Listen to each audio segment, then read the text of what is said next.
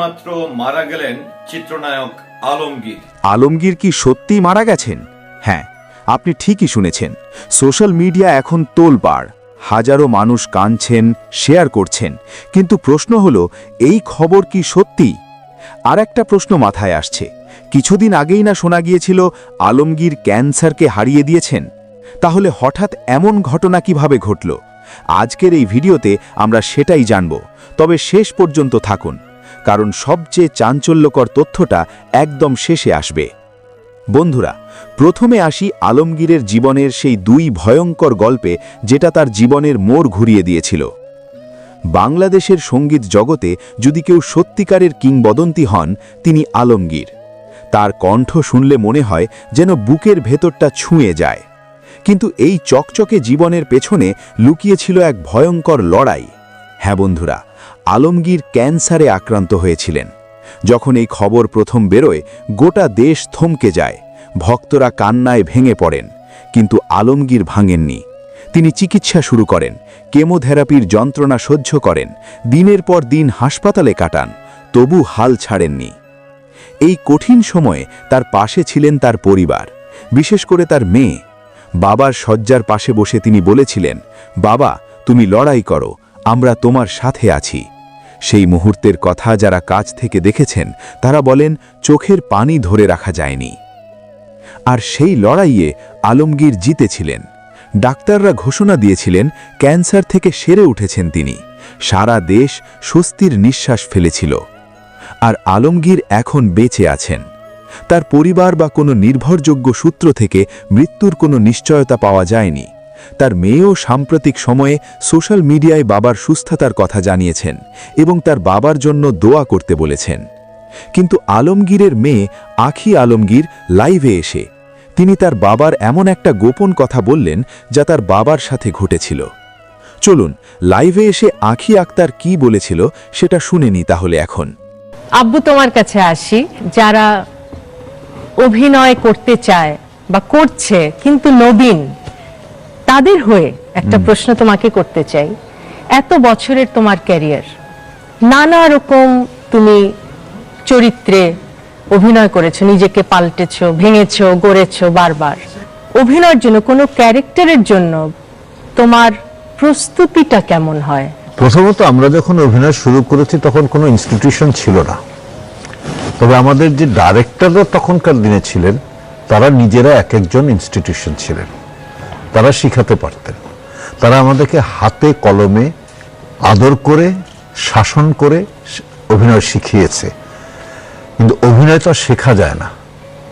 অভিনয় তুমি আজকে যেটা করলে সেটা কিন্তু পুরনো হয়ে গেল, তোমাকে এখন নতুন কিছু ভাবতে হবে।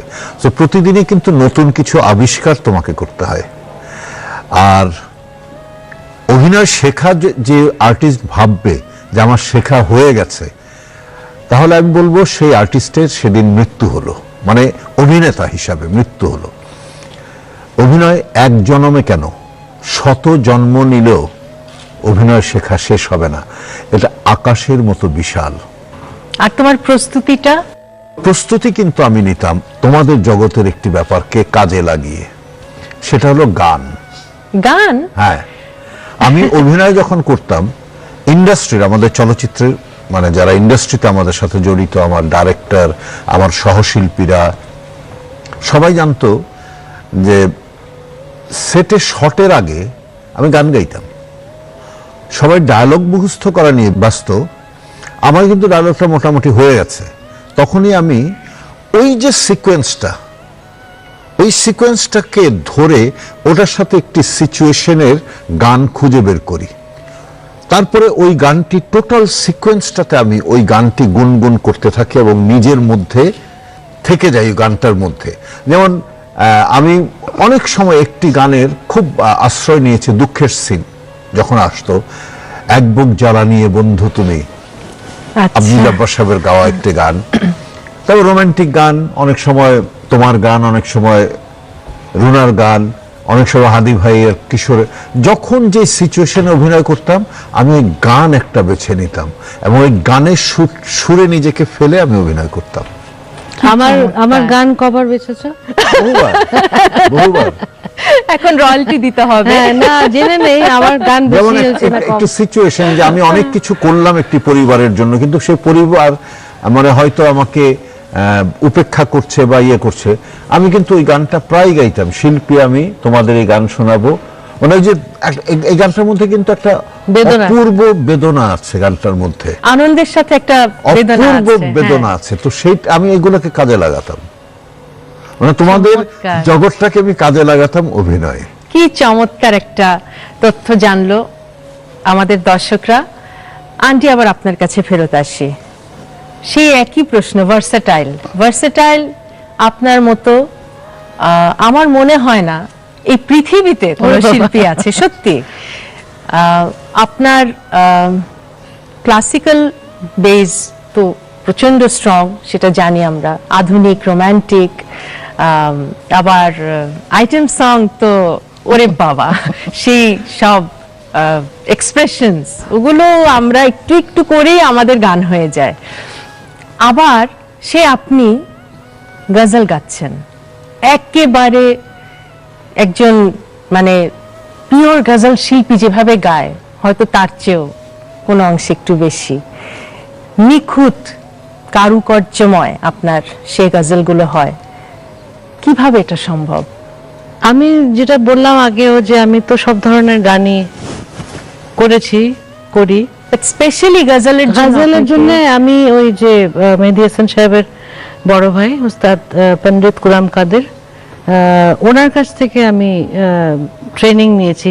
গজলের একটা আলাদা গায়কি আছে, এটা এমনি অন্যান্য গানের তুলনায় একদমই অন্যরকম, এবং এখানে অনেক ভেরিয়েশন থাকে গলার। তো আমি ঠিক করলাম যে আমি গজলের একটা অ্যালবাম করব। সো আমি ওনাকে রিকোয়েস্ট করলাম, উনি বাড়িতে এসে আমাকে তুলে দিলেন কিছু গজল ওনার ইস্যুর করা। তো গাইতে গাইতে গাইতে গাইতে তারপরে আমি আবার ওটা রেকর্ড করলাম, পাকিস্তানে করলাম, আবার বম্বেতে রেকর্ডিং করলাম, এখানেও মাঝে মধ্যে কোনো অনুষ্ঠান হলে গাই। তো এটা একটা শেখার ব্যাপার। এই শূন্যতা শুধু পূর্ণ হয় স্মৃতি এবং কষ্টের স্মৃতিতে। কষ্ট ব্যক্তিগতভাবে ওর ফ্যান ছিলাম এক সময়, এখন রুনা লায়লার কারণেই ভেঙে যায় খোশনুর আলমগীরের সংসার। নায়ক আলমগীরকে ভালোবেসে বিয়ে করেছিলেন খোশনুর আলমগীর। লম্বা সময় ধরে প্রেম করার পর বিয়ের সিদ্ধান্ত নিয়েছিলেন তারা। বিয়ের পর তাদের ঘর আলো করে আসে 3 সন্তান। তবে সুখের সংসার বেশি দিন টেকেনি। বিয়ের 8 বছর পরই ভেঙে যায় তাদের ভালোবাসার সংসার। আলমগীর রুনা লায়লার প্রেমে পড়ে যান। শিল্পী সিনেমায় অভিনয় করার সময় থেকেই আলমগীর ও রুনা লায়লার মধ্যে প্রেমের সম্পর্ক তৈরি হয়। আলমগীর রুনা লায়লার পরকীয়া সহ্য করতে পারেননি আলমগীরের প্রথম স্ত্রী খোশনুর আলমগীর। এক সময় তিনি আলমগীরকে ডিভোর্স দিয়ে দেন। রুনা লায়লার সাথে আলমগীরের সম্পর্ক কোনোভাবেই মেনে নিতে পারেননি খোশনুর আলমগীর, এমনকি এখনও তিনি মানতে পারেননি। আলমগীরের জন্য এখনও কান্নায় চোখ ভিজে যায় খোশনুর আলমগীরের। 3 সন্তানকে নিয়ে তিল তিল করে গড়ে তোলা সংসার বালির বাঁধের মতোই ভেঙে যায়। আলমগীর তার প্রথম স্ত্রী খোশনুর আলমগীরকেও কিন্তু ভালোবেসে বিয়ে করেছিলেন। আলমগীর রুনা লায়লাকে বিয়ে করে সুখে দিন কাটাতে থাকলেও খোশনুর আলমগীর কিন্তু কোনোদিনই সুখ খুঁজে পাননি। আলমগীরের সাথে বিচ্ছেদ হওয়ায় পুরোপুরি ভেঙে পড়েছিলেন খোশনুর আলমগীর। বাবা মায়ের বিচ্ছেদ নিয়ে আখি আলমগীর একটি আবেগঘন বার্তা দিয়েছেন। সেখানে তিনি বলেন, সন্তানের জন্য তার বাবা মায়ের আলাদা হয়ে যাওয়াটা খুব কষ্টের। ছোটবেলা থেকে সব ব্যাপারে বাবা মাকে পেয়েছি, সেখানে হঠাৎ করে একজন থাকবেন আরেকজন থাকবেন না, এটা যে কত কষ্টের। আর তারকা পরিবার হলে এটা নিয়ে পত্রপত্রিকায় এত নেগেটিভ লেখা হয়, তাতে কষ্ট আরো বেড়ে যায়। অনেকেই বলতো আমরা 3 ভাই বোন চাইলে আব্বু আম্মুর ডিভোর্সটা ঠেকাতে পারতাম, হয়তোবা পারতাম, কিন্তু আমরা তা করতে চাইনি। দুজন মানুষ যদি বোঝেন যে তারা একজন আরেকজনকে ভালোবাসেন না, একসঙ্গে থাকতে চান না, সেটা আমরা কতটা বদলাতে পারবো? একসঙ্গে থেকে তেতো হবার চেয়ে আলাদা হয়ে যাওয়াটাই ভালো। আব্বু ওনার ডিসিশনের কথা জানিয়েছেন, আমরা তা ম্যাচুরিটির সাথে ডিল করার চেষ্টা করেছি। কখনো তাকে কাঠগড়ায় দাঁড় করিয়ে জিজ্ঞেস করিনি যে কেন। ওই 1.5 বছর ফ্রাস্ট্রেশন গেছে। আব্বু চাইতেন ওনার সাথে থাকি, আম্মুও চাইতেন। আমাদের মন মেজাজ খিটখিটে হয়ে গিয়েছিল, অল্পতেই রেগে যেতাম। এখন সব নর্মাল হয়ে গেছে। আগেও যেমন সব দরকারে আব্বুকে পেতাম, এখনো পাই, যদিও আম্মুর সাথে বেশি থাকা হয়, কিন্তু আমরা আব্বুর কাছেও যেয়ে থাকি। একসময় বিয়ে করব না ভেবেছিলাম, কিন্তু এখন বুঝি জীবনে সেটেলড হওয়াটা খুবই জরুরি।